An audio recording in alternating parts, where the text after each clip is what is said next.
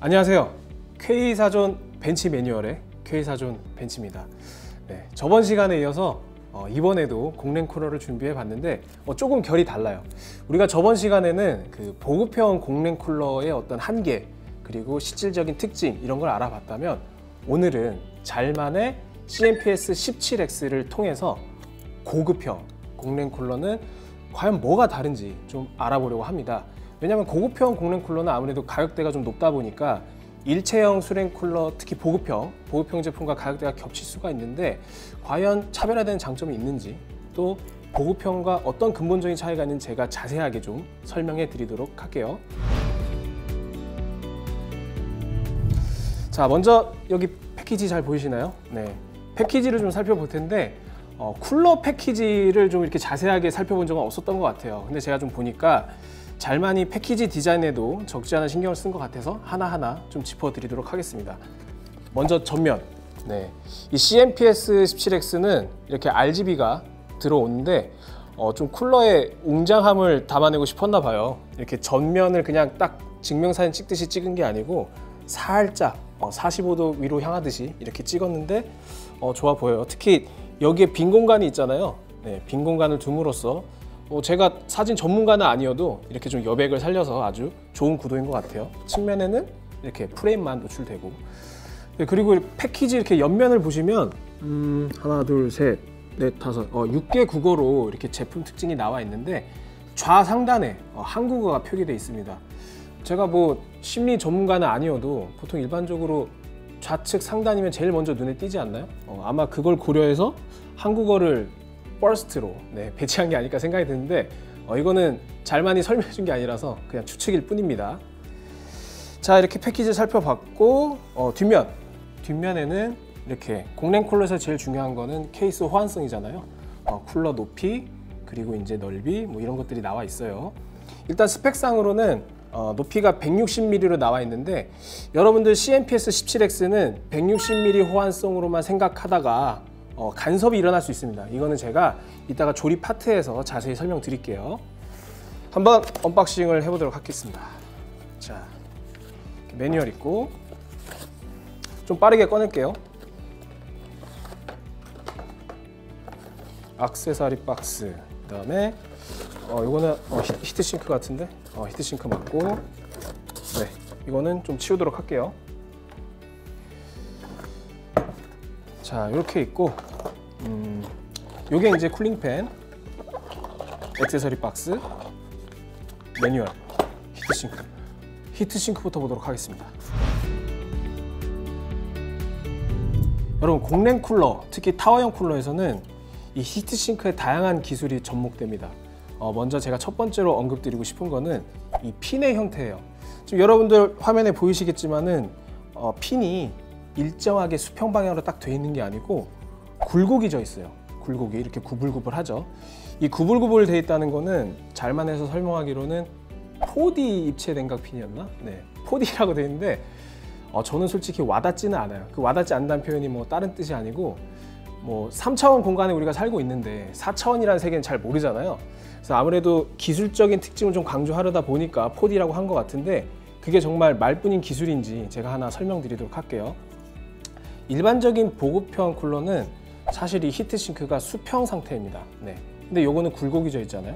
굴곡이 져 있다는 거는 만약에 이거를 똑바로 폈을 때 조금 더 길어진다는 뜻이겠죠. 히트싱크가 길어진다는 거는 방열 면적이 더 넓어진다는 거고, 방열 면적이 넓어진다는 거는 당연히 더 많은 열을 흡수할 수 있다는 뜻이겠죠. 그래서 아마 한정된 공간 안에 최대한의 많은 열을 흡수하고자 하는 잘만의 고민이 아닐까 생각이 들고, 그 다음에 이렇게 굴곡이 져 있다 보니까 방열핀 상단이랑 하단이랑 이렇게 공간이 생겨요. 그러니까 공기가 이동할 수 있는 터널이라고 제가 좀 표현을 해볼게요. 이 터널이 생기는데 터널의 공간이 이렇게 넓어지다 보니까 아무래도 쿨링팬이 공기를 외부에서 히트싱크로 이동시킬 때 저항력을 낮출 수 있습니다. 네, 이게 무슨 말이냐면 만약에 이 공기층이 없고 똑바로 다 수평 형태로 쌓여 있다고 하면은 바람의 입장에서 보면 그냥 장애물이에요. 네. 그 쿨링팬에서 생성된 풍압과 풍량이 약해질 수밖에 없는데 그 약해지는 힘을 최소화하기 위해서 이렇게 터널 형태의 구조로 이렇게 만들어졌다고 보면 되겠네요. 그러니까 그러니까 4D 입체 냉각핀이 단순히 구불구불한 형태뿐만 아니라 이렇게 실질적인 공기가 지나갈 수 있는 통로까지 모두 넓혔다는 점에서 잘만이 히트싱크 하나를 만들 때도 어떤 고민을 담아내는지 알 수 있습니다. 그리고 한 가지 제가 좀 말씀드리고 싶은 게 있는데, 중간에 이렇게 구리색이 있잖아요. 이게 실제 구리가 아니에요. 네, 단순 도금입니다. 네, 구리가 아니고 단순 도금이고, 그래서 조금 어떻게 보면 이거 그냥 눈속임 아니냐 이렇게 생각하실 수도 있는데, 뭐 그렇게 볼 수도 있지만 사실 뭐 좋게 생각하면 우리 뭐 자동차 보면은 그 탄소 섬유, 카본 파이버 재질을 많이 씁니다. 특히 고성능 자동차에 그 재질을 많이 쓰는 이유가 이제 가볍고 가벼움에도 불구하고 강성이 좋아서 그렇게 많이 쓰는데, 그 고성능 자동차에 대한 어떤 이미지 때문에 일반 자동차에도 그런 무늬를 그냥 쓰거든요. 패턴을. 물론 실제 재질은 아니지만 뭐 그런 것처럼 이것도 어떤 그런 감성을 강조하기 위해서 넣은 게 아닐까 저는 추측합니다. 뭐 솔직하게 말하면 그냥 개멋이라고 봐도 좋아요. 네, 개멋. 뭐 이런 게 뭐 디자인 쪽으로 좋다고 하면은 뭐 저는 나쁘게 보진 않아요. 그리고 제일 중요한 베이스랑 히트 파이프를 좀 말씀드릴게요. 이게 여러분 은색으로 밝게 빛나고 있는데, 사실 열전도율에서 우리가 일반적으로 사용하는 부품 중에 가장 좋은 건 구리예요. 물론 그보다 높은 뭐 은이라든지 뭐 이런 것들이 있긴 하지만 가격이 너무 세잖아요. 그래서 구리를 많이 쓰는데 이것도 사실은 구리예요. 근데 구리인데 어떤 구리를 그냥 쓰게 되면은 공기가 접촉할 때 산화라든지 어떤 부식, 그런 구리의 어떤 외형적인 변화를 일으키기 때문에 니켈 도금 처리를 한 거니까 여러분들 오해하지 마시고, 그 다음에 히트 파이프가 하나, 둘, 셋, 넷, 5개. 5개가 있네. 5개가 있고, 잘만에서는 이 히트 파이프 기술을 RDTH라고 합니다. 네. 리버스 다이렉트 터치 히트 파이프라고 하는데, 영어라서 좀 어려울 수 있잖아요. 그러니까 한마디로 말하면 기존의 코어랑 맞닿는 형태를 완전히 뒤집은 리버스한 방식이라고 보시면 됩니다. 그럼 왜 리버스를 하냐 굳이, 이렇게 반문을 표하실 수가 있는데, 사실 직접 맞닿는 가공을 하게 되면 히트 파이프가 잘려나가요. 네, 히트 파이프가 잘려나가기 때문에 히트 파이프의 면적을 최대한 보존하면서도 베이스랑 완전히 접합되는 그런 방식을 취함으로써 아마 잘만 판단으로는 이게 열전도율을 극대화할 수 있는 방법이다, 이렇게 판단을 한 것 같습니다. 네, 그리고 제가 주목한 부분이 또 있는데요. 여기 히트 파이프 그리고 방열핀이 접합된 방식을 보면은 이게 동그란 구멍 보이시죠? 네, 이게 뭘 뜻하냐? 바로 접합식으로 히트 파이프가 구성됐다는 것입니다. 여러분들 잘 모르실 텐데 일반적인 보급형 쿨러에는 이렇게 접합식이 들어가기 힘들어요. 네, 제가 하나하나 다 찾아본 건 아닌데 대부분의 보급형 쿨러는 이렇게 접합식이 아니고 관통 압입식, 뭐 줄여서 관통식이라고 합니다. 보통 관통식을 사용하고 이렇게 접합식은 일부 고급형 공랭 쿨러에만 들어가요. 그 이유가 뭐냐면 일단 뭐 당연히 돈 문제도 좀 있고, 네, 훨씬 더 고급스러운 구성이에요. 방열핀하고 히트 파이프하고 완전히 좀 밀착되게끔, 그러니까 제3의 매질을 통해서 완전히 밀착되게끔 하는 방식이 바로 접합식이고, 관통식은 말 그대로 방열핀에 히트 파이프로 꽉 정말 밀착돼서 관통하는 방식이라서 아무래도 열전도 면에서는 접합식이 더 뛰어날 수 있겠죠. 물론 그 차이가 정확히 어느 정도냐라고 제가 데이터를 가지고 있는 건 아니지만 훨씬 더 고급스러운 구성이고, 그 잘만의 CMPS17X에서 이렇게 접합식을 차용했다는 것 자체가 이미 보급형과는 궤를 달리하는 고급형 구성이고, 또 잘만이 이 제품에 얼마나 많은 노력을 기울였는지 알 수 있는 부분이라고 할 수 있어요. 네. 자, 그렇다면 제가 이렇게 히트 파이프를 계속해서 말을 하고 있는데 히트 파이프가 왜 중요한지 여러분들 잘 알고 계실려나 모르겠어요.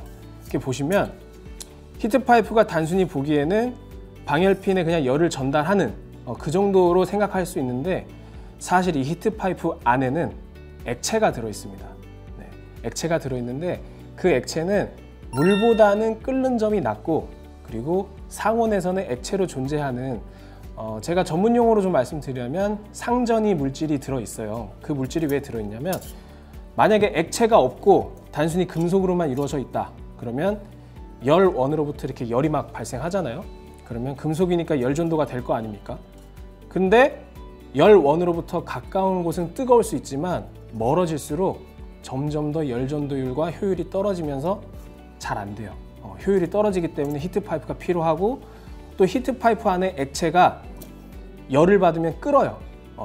끓어서 내부에서 기화가 됩니다. 그럼 기화가 되면 당연히 상승하겠죠. 대류 현상에 의해서 상승하면서 히트 파이프 표면에 온도를 전달하고 이렇게 방열핀에 열을 전달하면서 자연스럽게 다시 액화가 돼요. 그리고 상단에서는 액화된 그 상전이 물질이 다시 흘러내려서 밑으로 떨어집니다. 그러면 다시 또 뜨거워지면서 기화되고 이렇게 순환 방식이에요. 네, 이렇게 순환을 하기 때문에 방열핀이 골고루 열을 머금어서 방열 성능을 최적화시킬 수 있는 거고, 사실 히트 파이프가 없다면 여러분들 일반적인 공랭 쿨러로는 아마 오버클럭 같은 건 꿈도 못 꿀 겁니다. 네. 그래서 수냉 쿨러랑 비교하면, 수냉 쿨러 우리 보면은 펌프가 있고 그 다음에 호스가 있고 라디에이터가 있잖아요. 라디에이터에 열을 전달하는 게 결국은 냉각수인데, 그 냉각수의 역할을 이 히트 파이프가 대신 해주는 거라고 보시면 되겠습니다. 대신 그 수냉 쿨러 같은 경우에는 펌프가 힘차게 밀어주잖아요. 그래서 순환을 빨리빨리 할 수 있기 때문에 그 공랭 쿨러보다 효율이 좋게 나오는데, 공랭 쿨러는 그런 순환 과정을 대류 현상에 의존하고 있다는 점 알아주시면 되겠습니다. 쿨링팬을 좀 살펴볼까요? 쿨링팬, 이게 140mm 쿨링팬이 들어가고요. RGB를 지원합니다.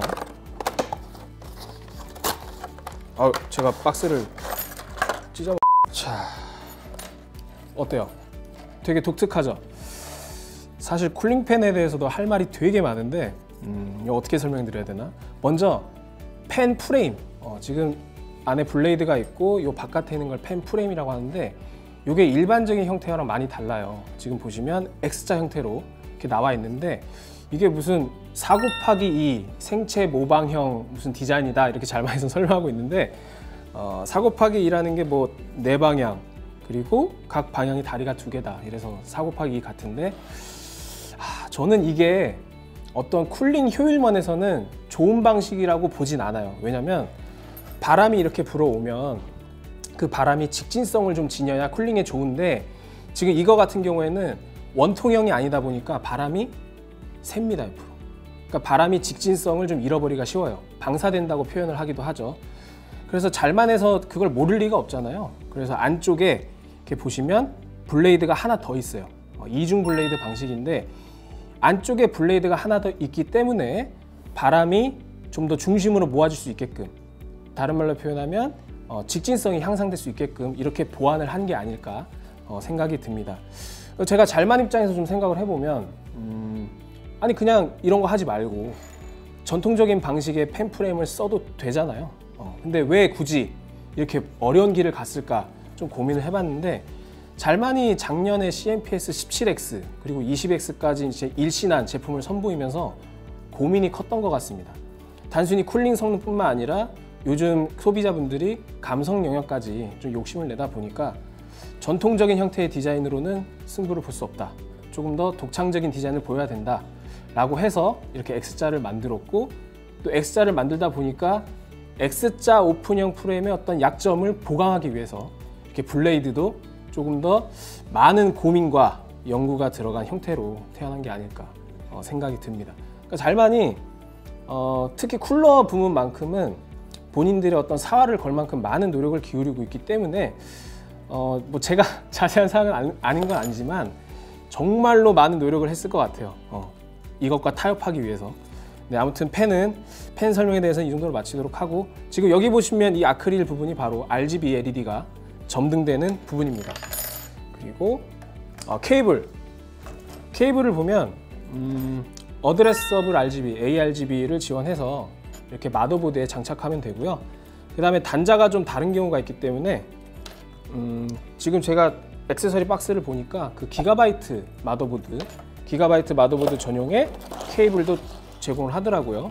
제가 한번 보여드릴게요.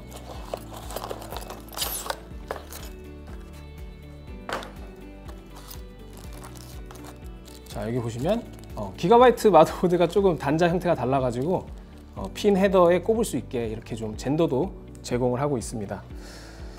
그래서 ARGB를 지원하는데 뭐 요새 나오는 RGB 지원 마더보드에는 당연히 5V ARGB 핀 헤더가 존재하지만 핀 헤더가 없는 마더보드도 있잖아요. 그런 경우에는 뭐 별도의 RGB 펜 컨트롤러나 그런 거를 좀 구매를 해야 되는데, 그 펜 컨트롤러를 잘만해서도 이렇게 출시를 했더라고요. 제가 그래서 들고 나왔는데 바로 요거 Z싱크입니다.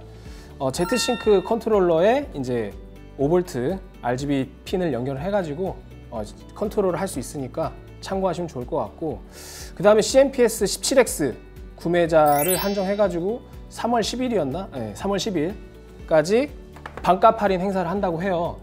그래서 잘만치게 나 CMPS 17X 샀다, 좀 증빙할 수 있는 영수증이나 그런 걸 제출하시면 아마 Z싱크 컨트롤러를 반값으로 구매하실 수 있습니다. 자, 펜도 이 정도로 설명하고 마칠게요. 그리고 자, 이제 이거는 뭐 백플레이트고, 그 다음에 인텔용, 그 다음에 AMD용, 그리고 동봉되는 서멀 컴파운드가 잘만의 STC8입니다. 네, STC8. 이거 뭐 괜찮은 아주 좋은 서멀 컴파운드니까 이런 형태로 제공되는 거 아주 좋고요. 그 다음에 이렇게 가이드 같은 거 부품이 있고요. 네, 이 정도로 언박싱 부품들 그리고 액세서리 설명 마치고 제가 바로 조립하면서 어떤 주의점이 있는지 말씀드리도록 할게요. 자, 이제 실제로 조립을 해볼게요. 이거는 제가 뭐 따로 구체적으로 설명 안 드리고 여러분들한테 조립된 모습을 보여드리기 위해서 빨리빨리 그냥 조립하겠습니다. 보시면 보드, 네, 라이젠 3900X를 저희가 준비했는데, 자, 이것도 오버클럭을 해볼 거예요. 아이고.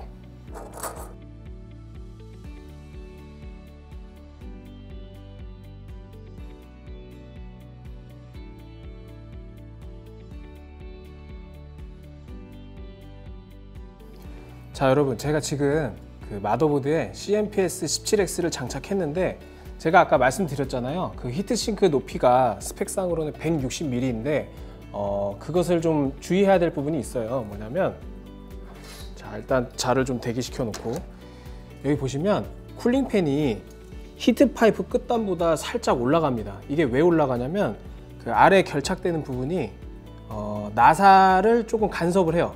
그러니까 이게 결속 나사랑 이렇게 간섭이 있어가지고 요거를 그럼 좀 내리면 되지 않냐 생각할 수 있는데, 내리면 이 펜 블레이드가 안 돌아갑니다. 네, 그래서 여러분들 170mm 정도로 좀 생각을 하셔서 케이스 호환성을 좀 체크하셔야 되니까 이런 것들은 조금 신경 써주셔야 돼요. 그래서 이제 제가 이제 기본적인 조립을 했으니까 실제로 시스템에 장착을 해보도록 하겠습니다.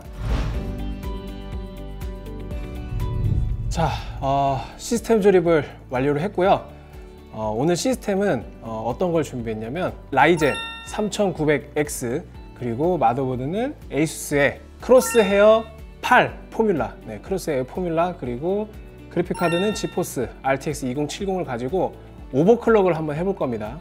그래서 고급형 공랭 쿨러 그리고 3900X 오버클럭 어디까지 가능한지 한번 점검해 보도록 하고요.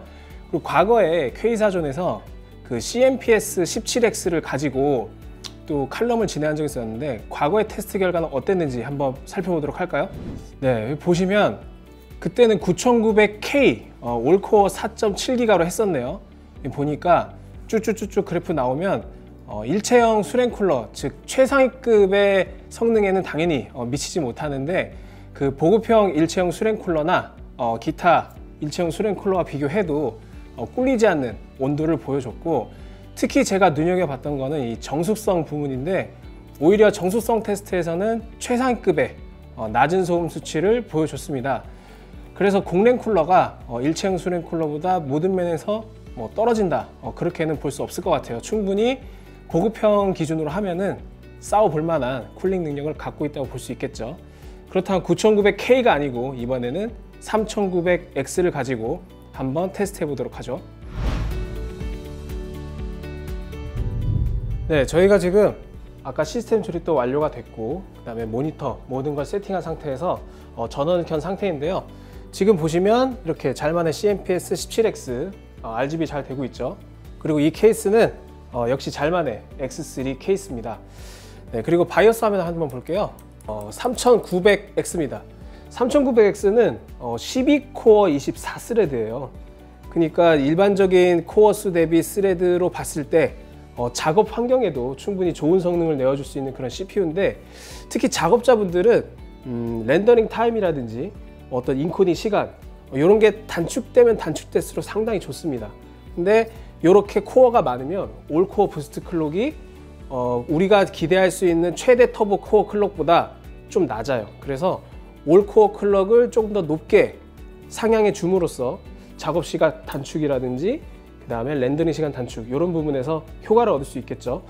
보통 3900X 쓰시는 분들이 4.2 또는 4.3 이 정도로 오버클럭을 많이 하시는데 4.4도 간혹 성공하신다고 해요. 근데 여기서는 저희가 가진 3900X는 4.4는 안 됩니다. 네, 4.4는 안 되고 4.2부터 먼저 도전을 해보고 그 다음에 좀 괜찮다 싶으면 4.3도 도전해보는 시간을 갖도록 할게요.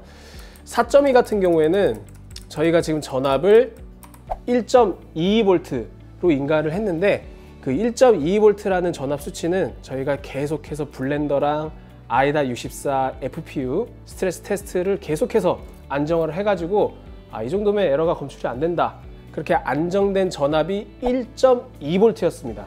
그래서 조금 더 안정성을 강하기 위해서 0.2V를 높여서 나온 수치예요. 그러니까 여러분도 참고해 주시기 바라고, 그 다음에 보통 0.1GHz를 올릴 때마다 전압 요구치가 0.06에서 0.08 이 정도 상승하는데, 물론 오버 한계치에 가까울수록 요구 전압은 정비례가 아니라 정말로 제곱비례로 이런 식으로 곡선이 올라가요. 그래서 한계에 가까울수록 그 상승폭은 커질 수 있지만 일반적으로는 0.06, 0.08 이렇게 상승한다는 거 참고로 알려드릴게요. 자, 그래서 1.22V로 인가를 했을 때 과연 CMPS17X가 온도를 잘 잡아줄지 살펴보도록 할게요. 지금 저희가 장착한 마더보드는 별도의 제트싱크 컨트롤은 없었고, 그 에이스 마더보드에서 핀 헤더가 2개가 있더라고요. 그래서 잘만 쿨러랑 그 다음에 케이스 팬 쿨러를 RGB 싱크로 연결해 둔 상태입니다. 네, 부팅이 됐네요. 자, 먼저 CPUZ를 띄워서 정보를 보죠. 하드웨어 인포도 띄워놓고,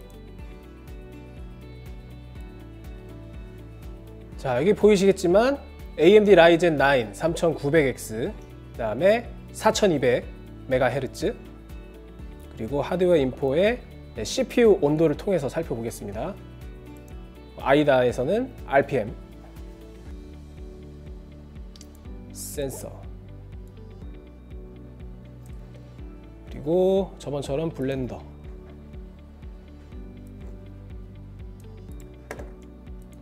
오픈, BMW. 렌더링 시작할게요. 렌더링 시작됐습니다. 지금 4.2기가에 1.22V를 인가해 놨는데, 저희가 사전에 테스트한 결과로는 충분히 안정적인 작동이 보장되는 전압이고요. 만약에 지금 오버클럭이 제대로 잘 되고 또 온도도 괜찮으면은 4.3기가도 한번 도전해 볼 예정입니다. 온도 한번 볼까요, 지금? 네, 아직 렌더링 초반이긴 한데 68.8도. 네, 괜찮은데? 이 정도면은 아마 한 70도 중반까지는 안 될 것 같고 70도 초반에서 머무르지 않을까요? 한 73도? 그렇게 한번 예측을 해보겠습니다. 렌더링이 모두 끝났을 때 최고 온도가 몇 도가 찍혔는지 확인해 볼게요. 자, 렌더링이 계속되고 있고, RPM이 1170rpm, 1200rpm이 안 됩니다. 네, 상당히 정숙하죠. 근데 제가 봤을 때 4.3기가 오버하면 저 RPM도 아마 꽤 많이 높아질 거예요. 온도가 지금 72.5도. 이거 최종 75도까지도 갈 수 있겠는데요. 한번 볼게요.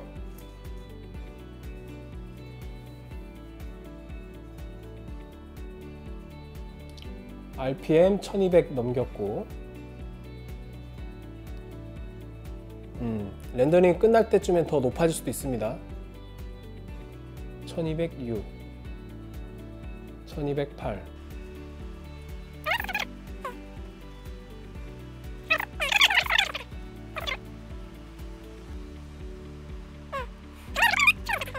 자, 렌더링 끝났습니다. 여러분들 보시면 최고 온도는 74.4도, 그리고 RPM은 제가 아까 봤을 때 최고 1220rpm까지 솟았어요.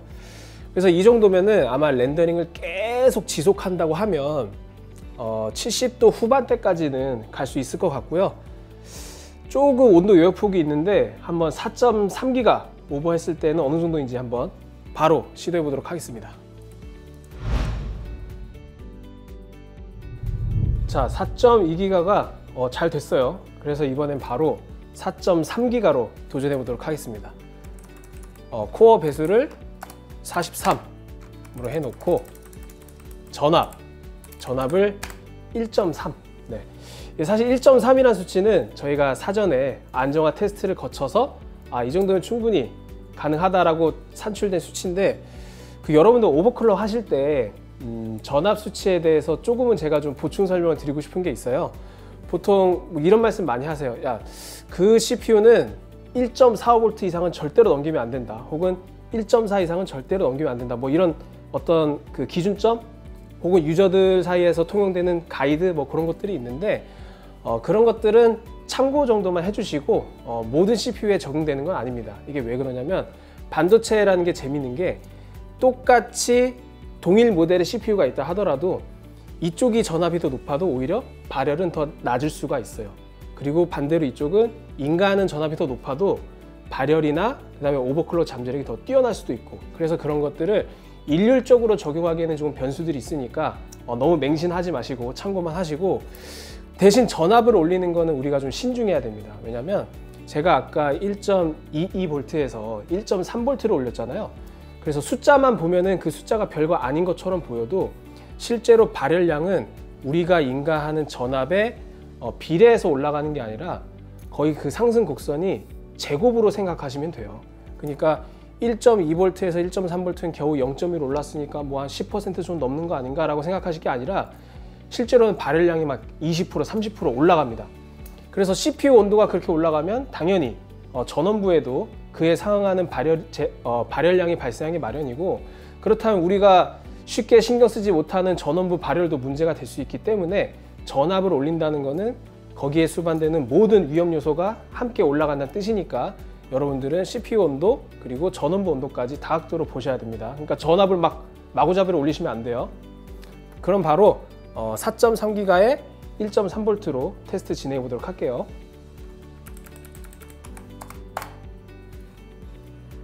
보통 라이젠 3900X면 간혹 정말 어쩌다가 4.4기가 오버가 되는 녀석들도 있는데, 대부분은 4.3 정도가 한계가 아닐까 저는 판단하고 있고요. 물론 제가 막 수십 개, 수백 개를 만져본 건 아닌데 뭐 몇 개 만져봤거든요. 한 4~5개. 4.4가 딱 안정화가 되는 거는 하나밖에 못 봤어요. 네, 나머지는 다 4.3이 한계였고요. 자, CPU-Z, 아이다, 하드웨어 A4 다 띄워놓겠습니다.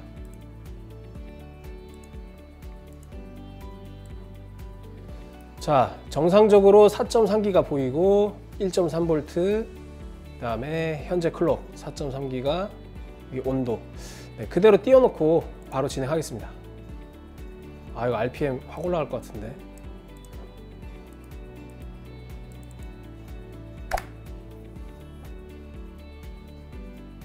어디 보자. 일단 아까랑 다른 게 렌더링을 시작하자마자 75도가 넘었어요. 네. 최소한 80도는 넘길 수 있다는 뜻이죠. RPM도 지금 1220rpm이고 이거 아마 1300rpm까지도 갈 수 있지 않나 생각이 듭니다. 넘었어요. 1300rpm. 1300rpm에서 더 넘으려나? 이건 계속 지켜보도록 할게요.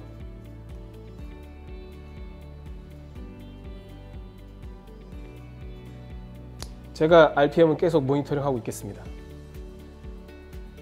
1380, 1390,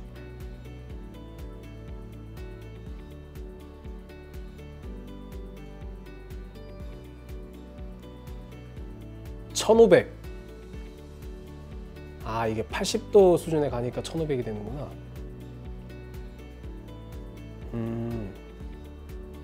그리고 지금 CPU 온도도 80도를 넘겼어요.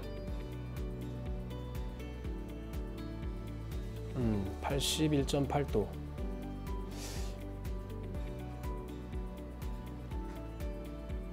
(82도) 한번 끝까지 기다려 보도록 하겠습니다.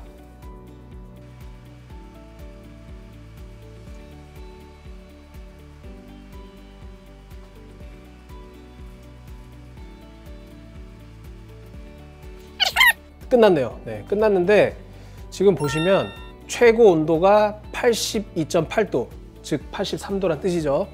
그리고 RPM은 지금 팬의 스펙 최대치인 1500rpm을 찍었습니다. 네, 그러니까 1500rpm 이상으로 올라가진 않아요. 애초에 작동 범위가 한계이기 때문에.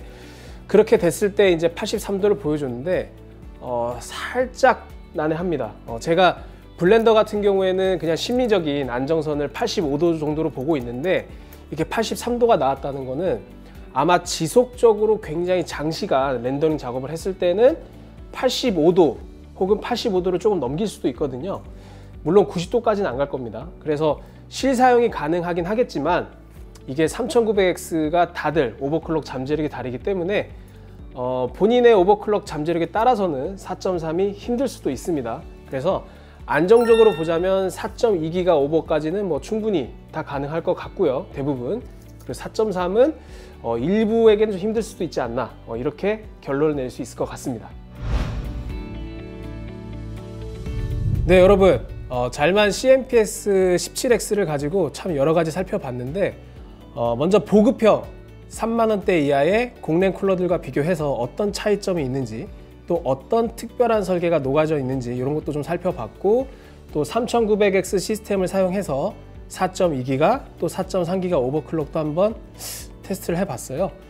근데 이 잘만의 쿨러, 특히 CMPS 17X 같은 경우에는 수랭 쿨러 있잖아요. 일체형 수랭 쿨러와 비교해도 뭐 보급형 제품으로 한정한다면 충분히 정수성은 물론이고 또 CPU 발열 해소 능력도 뛰어나다는 거를 여러분들한테 보여드릴 수 있어서 기분이 좋았습니다. 저도 이번에 고급형 공랭 쿨러에 대한 어떤 관심, 그런 것들이 전보다는 더 높아졌던 것 같습니다. 네, 그리고 잘만의 CMPS 17X는 전 세계 45개국에 출시되고, 또 가격 정책도 한국에서 소비자분들이 좀 저렴한 가격에 구매할 수 있도록 최대한 경쟁력 있게 노력을 했다고 해요. 뭐 그런 부분은 좋은 부분이겠죠. 네, 왜냐면 사실 한국 기업인데 해외에서 사는 게 더 싸다 그러면 좀 서운하잖아요. 네, 그래서 그런 부분은 좋게 쳐줄 수 있을 것 같고, 그리고 이렇게 고급형 공랭 쿨러 시장이 과거보다 시장 자체가 많이 죽었습니다. 뭐 그럴 수밖에 없겠죠. 일체형 수냉 쿨러들이 엄청 시장이 넓어지고 있으니까. 근데 그럼에도 불구하고 이렇게 잘만 같은 브랜드들이, 기업들이 꾸준하게 뭐 보급형이면 보급형, 그리고 고급형이면 고급형까지 명맥을 이어주고 있는 게 저는 또 한 명의 컴덕후로서 지속적으로 좀 이렇게 좀 제품을 내줬으면 하는 그런 바람을 가지면서 응원을 하고 싶네요. 네, 이렇게 오늘 많은 것들을 살펴봤고, 저는 또 다음에 다른 제품으로 찾아오도록 하겠습니다. 이상 K사전 벤치였습니다.